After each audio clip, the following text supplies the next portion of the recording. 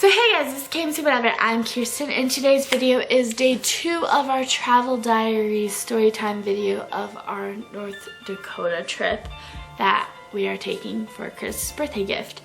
And this is gonna be day 2. I did do day 1 yesterday, so if you haven't seen that, I will link that down below. But let's just get started into day 2.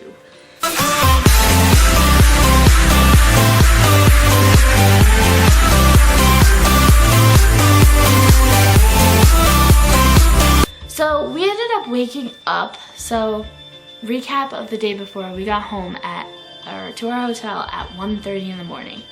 And then we ended up having to wake up at 7:30 in the morning to get ready for the air show.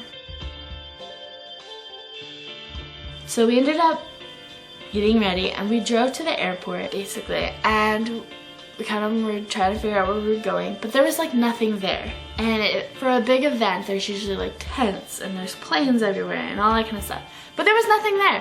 So we thought we were in the wrong place. So we went and talked to a worker that ended up telling us that we were at the right area, just not the right space. So we ended up she guided us kind of where we were supposed to go. So we ended up going that way and people were there to direct parking. We found a place to park, but then the guy ended up telling us to move because he didn't want us there. So we ended up having to find a new spot. We paid like $5 for parking, which ended up actually being closer to the airport, which was completely fine, where the free parking was further away.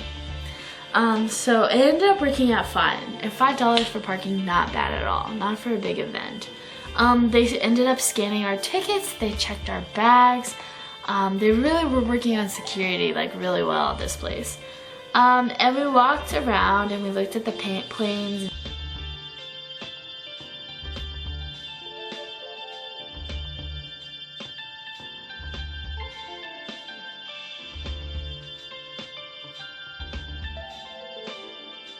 Jets and that kind of stuff. And then we saw the Black Hawk jet, which was really cool. My uncle was in that at one point in the military when he was there. We even went into some of the jets and looked at the things. And then we went and saw the Blue Angels sitting at the end, which was really kind of cool. And then we went to find our place to set up our chairs. Because if you don't know, when you go to an air show, you bring like a folding chair or blanket to sit on the ground. You kind of bring that stuff with you. They don't supply that for you, so we ended up having to find a place to set our chairs. Chris ended up going to get us some drinks because it was really hot that day, and then got us some umbrellas as well because we kind of forgot about an umbrella to kind of block some of the sun because it was just gonna get really hot really fast. And we were gonna be there for a few hours. So we even got some food at one point because we were starvingly hungry. And then the show began, and it began with the governor and I think it was the Senate jumping out of the plane with some skydivers, which was really kind of cool. They ended up singing the national anthem like I normally would, but they also included the Canadian anthem, which I thought that was really kind of cool, and I have definitely heard that before from my grandpa singing that. But that was Chris's first time really hearing the Canadian national anthem, which was really kind of cool.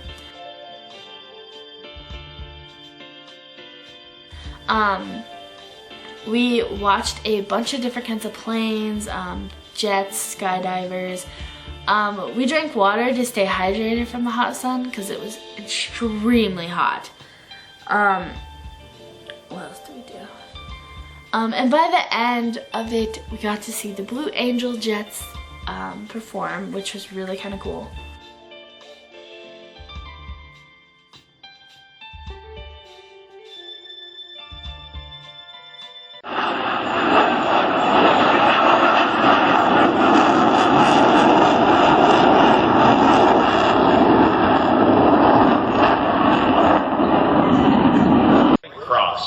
Approaching center point, each pilot will perform an individual brake turn and exit the flight line in a separate direction.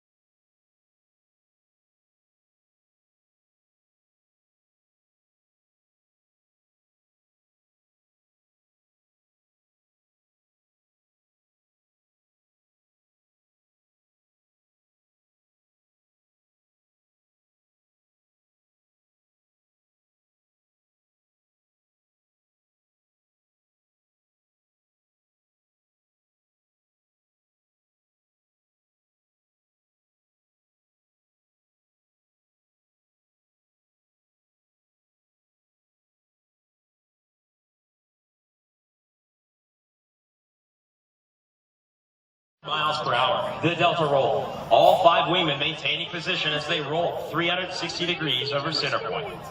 We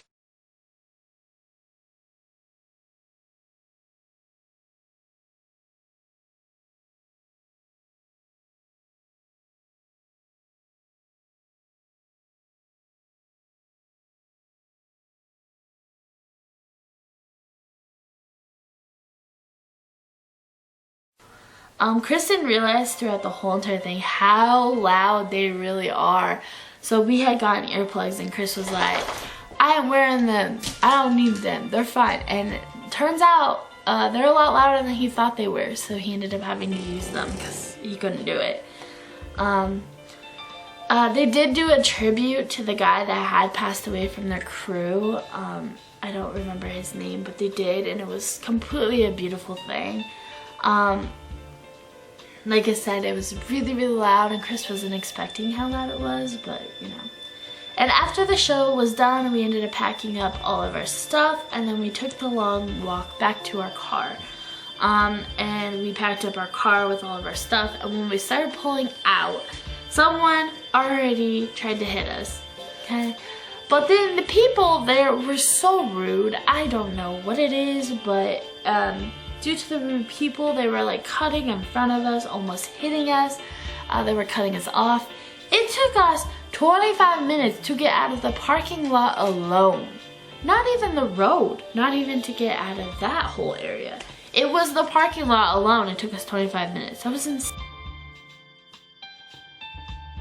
to me. We ended up going back to our hotel room to cool off because we were just so hot. And then a little bit later, after we had watched TV, rested a little, cooled down some, we ended up going to a place called Red River Zoo. It wasn't what we expected at all. It was right across the street from a baseball field, which was different. They also had no map for the zoo at all. And usually when you go to a zoo, they give you a map and here's the animals, but no, they did not give us a map. There was no map. You follow a path and that will lead you to everything. We ended up seeing like porcupines, birds, camels, cats, wolves, and a bald eagle. And as we were walking to the bald eagle cage, I didn't realize that it was open up like in the front, so I thought it was just like he was closed off kind of thing. No, it was opened and it kind of freaked me out. But as I was paying attention to that and not other things, my peripheral view ended up seeing a turtle and it was walking towards us and it freaked me out. Well, it turns out that that turtle was a statue. It wasn't even a real turtle, it was a statue. But yeah, I freaked out. And I screamed like a little baby. It was funny. We finished the zoo, but was very disappointed in it. They advertised as having, you know, they're called Red River Zoo. They advertise that they have red pandas. They advertise that they have 70 plus animals or something like that. They advertised a lot for what you actually see. And how much you're paying for it, it's just not worth it. We were really disappointed in it. I wasn't expecting it to be that bad. And there was not nearly 70 animals. There was more like 10 animals total. It was really disappointing. They did not have red pandas like they claimed to have. And I don't know. I just felt like they lied and I did not like it. I was just highly disappointed in it. But if you want like a small little zoo to go see and you live in North Dakota, I would definitely go check it out. It's worth it for like small kids and a small zoo to walk through. But as for what they were advertising to us and what we actually originally wanted to see there, they just didn't have it and it was very disappointing.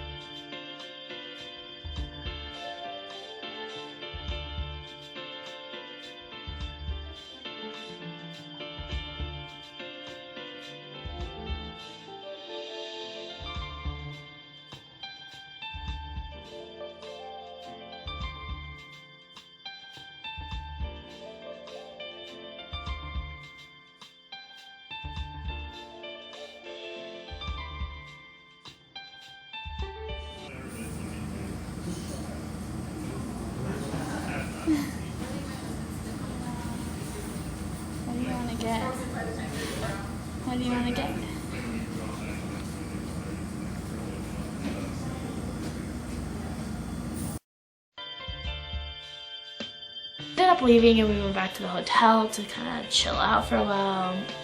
We went swimming for a couple of hours and then got ready for supper. And while we were getting ready for supper, we ended up video chatting his parents to see how Moose was doing, really, and Panda, and Googling a place to go eat, because usually we go to one place that we've never been to before, to kind of explore different things that are more local, not international or national, you know, foods. So we ended up finding a place called Space Alien, which Chris thought was really cool because he's in this alien UFO phase, which had a really cool sign outside.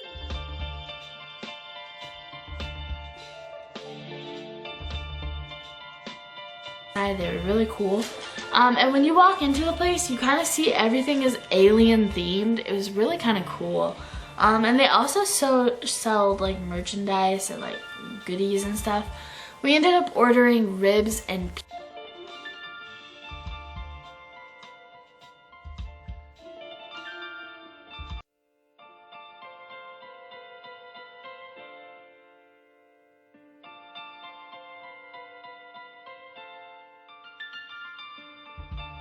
pizza, which was really good food. They have really good food. It was amazing. Our bill, we ended up going through their arcade. They have an arcade in there that kids can go play games and stuff while they're eating.